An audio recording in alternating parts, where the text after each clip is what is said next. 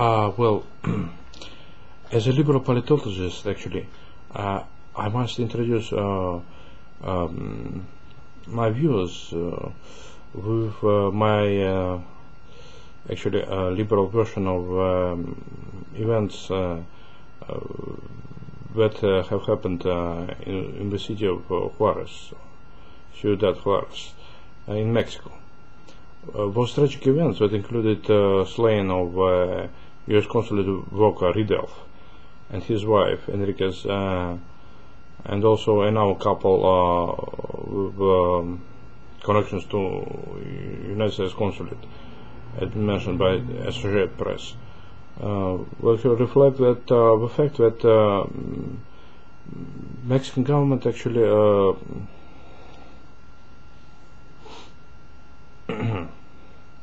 does very little to stop the terrorism of local Mexican nationalists. Some Z-Press newspaper characterized those slayings of U.S. consulate workers, U.S. diplomats in Mexico, and their Mexican collaborators as actions of terrorist group, or so-called street gang Azteca, Mexican nationalist group with connection with narco dealers from Juarez cartel.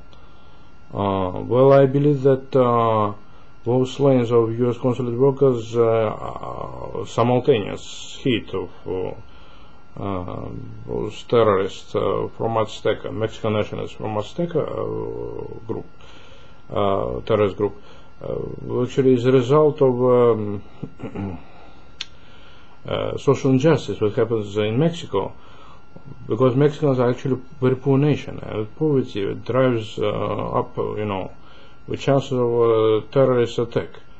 Actually, no Mexican was known by its terrorist attacks of narco-terrorists, 2,600 slayings, which occurred in Mexico last year, is a direct result of it, extreme poverty and loss of hope of masses of Mexican workers.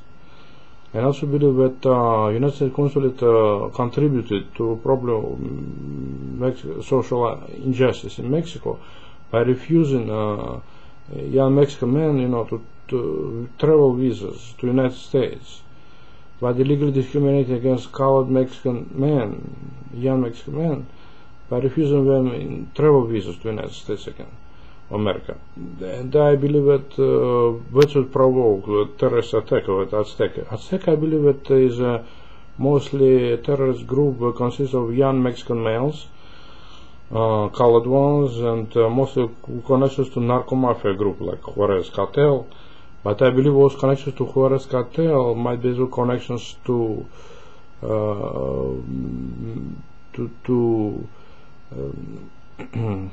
Mexican imperial circles, as well as gangsters and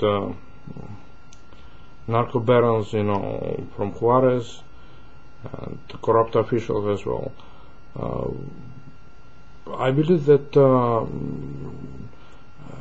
democratic government of President Barack Obama should do everything possible in order to cancel visa regime with Mexico and allow free travel of Mexican citizens to the United States, to promote business, to reduce tensions in Mexico, and to avoid build-up of dangerous racial tension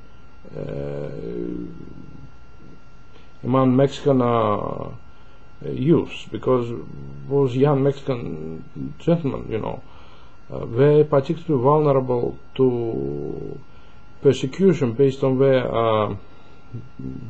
sexual preferences, and I believe that we were mostly probably likely to be gay people who have been targeted by Juarez narco cartel targeted for assassinations. And I believe that namely U.S.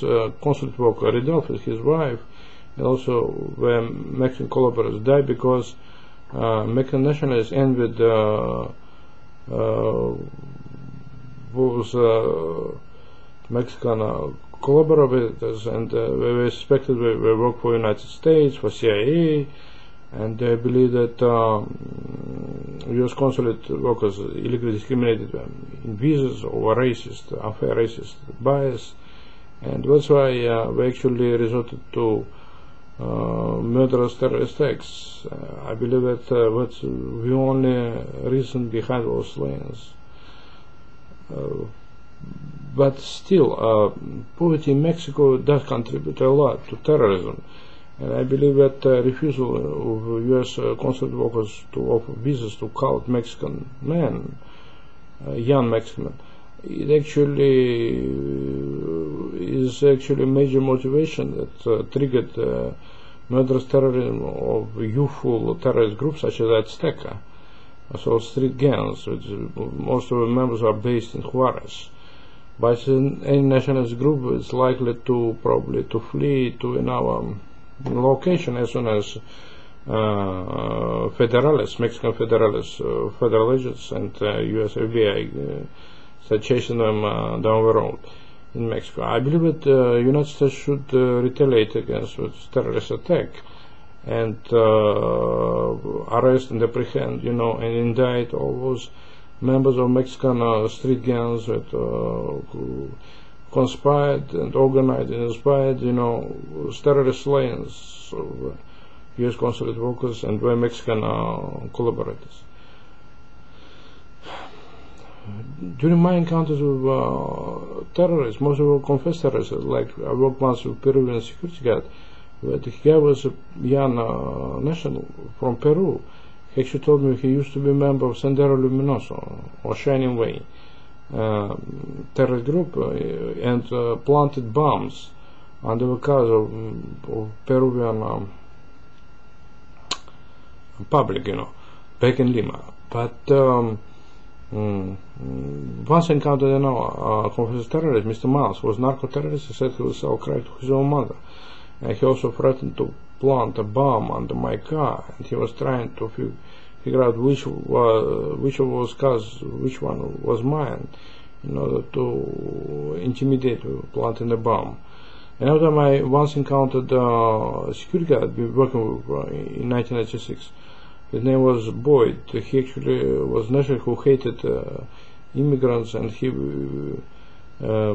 placed a large knife, under my throat. Threatened me, but he didn't cut me. He just was threatened me with a knife, with a dangerous blade. He put to my throat.